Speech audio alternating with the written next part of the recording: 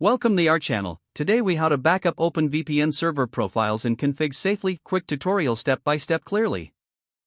Backup your OpenVPN server profiles and configurations by following these simple steps. Begin by accessing your OpenVPN server through SSH. Use a secure shell client to connect to the server. Log in with your administrative credentials. Navigate to the OpenVPN configuration directory. This is typically found in the /etc/open directory. List the files present in the directory to locate your configuration files. Identify the .open profile files and configuration files you want to backup. Create a new directory for your backup files. You might name it something like open_backup for clarity. Use the command to create the directory. Now, copy the configuration files into your backup directory.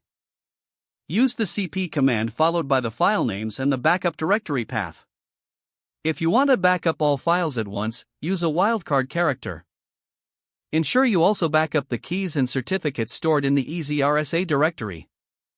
Navigate to your EasyRSA directory, usually at /etc/open/EasyRSA/. Repeat the copying process for the keys and certificates.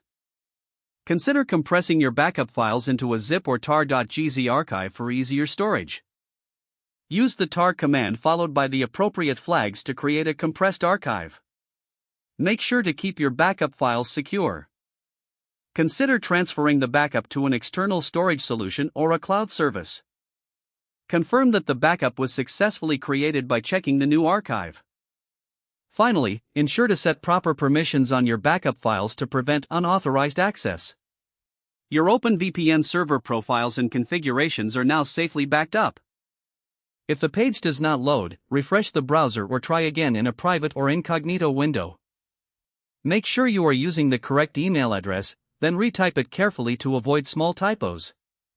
If your password is not accepted, use the reset option and create a new strong password you can remember.